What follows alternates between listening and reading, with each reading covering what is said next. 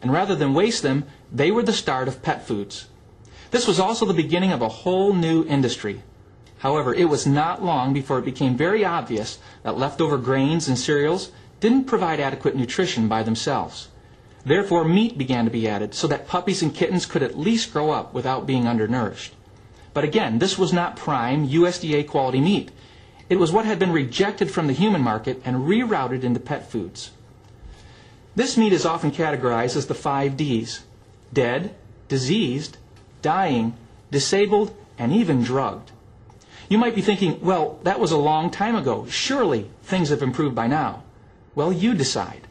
Rejected animals of all kinds are still used in many commercial pet feeds. Ground up bones, feathers, and heads are still used as protein sources. Hard to digest grains and fillers are still used, as well as powerful chemical preservatives to maintain long shelf life. And our beloved animals are still suffering from shortened lifespans, as well as a variety of nutritionally related diseases. Did you know that dogs and cats have the genetic potential to live well into their 20s? Yet most die between 13 to 15 years of age. We feel this is due to poor nutrition. We invite you to take the Life's Abundance Challenge. Compare our all-natural, holistic diet to whatever food you're using now. In the next few minutes, I'll be providing you with a list of criteria that you should follow when choosing the best food for your pet. If your food falls short in any category, you need to switch to Life's Abundance today. In order to do this, you'll need to be aware of how to read a pet food label. It's not enough to simply choose a food based on a pretty bag or clever marketing. You need to know exactly what your pet is eating. First, you need to know what should not be in a pet food. Once you realize this, it can literally rule out many of the commercial brands on the market today. Let's start with these 3 ingredients: corn, wheat, and soy. I've grouped these 3 ingredients together because they're basically cereal grains that should never be found in your pet's food. They're used mainly to increase the percentage of protein in the guaranteed analysis, but they are highly indigestible. Indigestible proteins cause stress on the kidneys, and once your pet reaches 5 to 6 years of age, it may be considered a senior. Why? Because of all of the stress placed on the kidneys through low-quality protein sources. But these ingredients are also known allergens. Corn is thought to be the number 3 causing allergen among dogs and cats. Do you know any pets with allergy problems? Many pets with allergies often wind up on drug therapies, when all they may really need is a better diet. These ingredients come in a variety of names, such as ground yellow corn, corn gluten meal, whole grain corn, ground whole wheat, whole grain sorghum, wheat flour, and others. This renaming is usually done to hide the fact that these cereal grains may actually be the main ingredient when combined together. We believe that meat should be the number 1 ingredient for optimal health. Next, we'll look at byproducts. Byproducts are a common ingredient in many pet foods, but what are they? Byproducts are similar to corn, wheat, and soy in that they are indigestible protein sources. Byproducts can include intestines, chicken heads, duck bills, fish heads, chicken and turkey feet, hides, feathers, and bone. These are parts of the animal that are not fit for human consumption. Byproducts do not have to contain meat, and byproducts can include diseased and contaminated slaughterhouse meat and hair. Is this the kind of nutrition that you think is right for your pet? Yet many pet foods on the market today contain byproducts in their list of top ingredients. Another undesirable ingredient would be meat and bone meal. What is meat and bone meal? Certainly this sounds good, but is it? Meat and bone meal can legally include dead pets and animals from roadkill or vets' offices that have been ground up in rendering factories. These animals may have been euthanized or have been treated with antibiotics or steroids. These animals may have died from all sorts of diseases, trauma, or natural causes.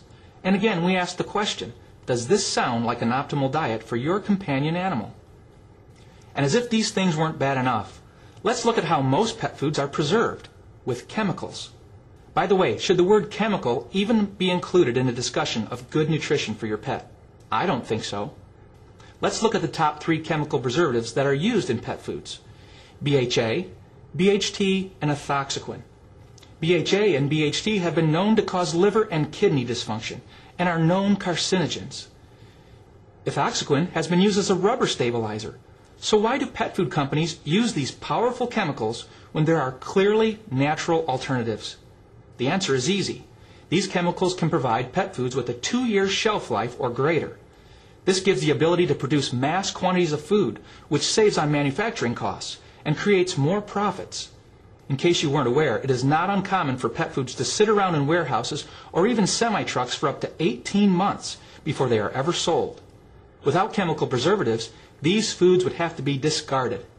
As a former pet food distributor, I have actually seen pet food sit 1 full year in the back of a semi-truck without any climate control whatsoever.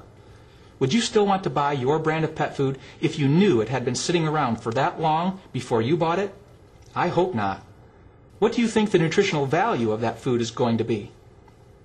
And we could go on with the list of ingredients that have no place in your pet's food, like artificial colors and flavors, sugars or corn syrup, beef tallow or animal fat, which is lard, animal digest, and more. But let's take a look at one more thing that is often misunderstood: the guaranteed analysis. Many people simply choose their pet food by looking at these 3 criteria: protein, fat, and fiber content. They've been told to look for a product with certain percentages in these 3 areas, and as long as the numbers match up, that's what they choose. This is the wrong way to buy a pet food because it can lead you to choose a poor quality product. It's easy to create the correct analysis with cheap ingredients. Let me give you an example of what I'm talking about. Let's say that I wanted to create my own pet food as cheaply as I can. I could get plenty of protein from a leather shoe. I could get enough fat from a can of oil. And I could get the correct percentages of fiber from peanut shells. So would you like to buy my new food? Of course not. Why? Because you would never think of giving your pet indigestible ingredients like a leather shoe, motor oil, or peanut shells. And yet most people don't think twice about feeding their pet corn, wheat, soy, byproducts, beef tallow, and other ingredients that we've already discussed. So now you can see that having a correct guaranteed analysis is not enough.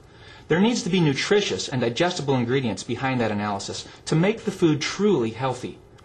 But now that we have thoroughly discussed how to read a label and the guaranteed analysis, we need to talk about what I call the intangibles. These are things that you won't find on anyone's label, yet it is just as important as having the correct ingredients. When choosing any pet food, ask yourself these 4 important questions.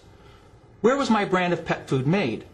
Was it made in a USDA certified facility for quality control and cleanliness like Life's Abundance is? Where did the ingredients come from? Were they carefully chosen and selected ingredients that are of human quality, or are they the cheapest available ingredients that have been rejected for people? How old was the food when I bought it? Was it made in small quantities to ensure freshness and high potency? Or was it mass produced and sat around in multiple warehouses before I ever bought it? And number 4, who can I talk to and ask these kinds of questions? Will my local pet store be able to help me? Is it possible to talk with the people who actually produce the food to see what kinds of processes were used? This is why I'm so excited about Life's Abundance Holistic Foods for Dogs and Cats.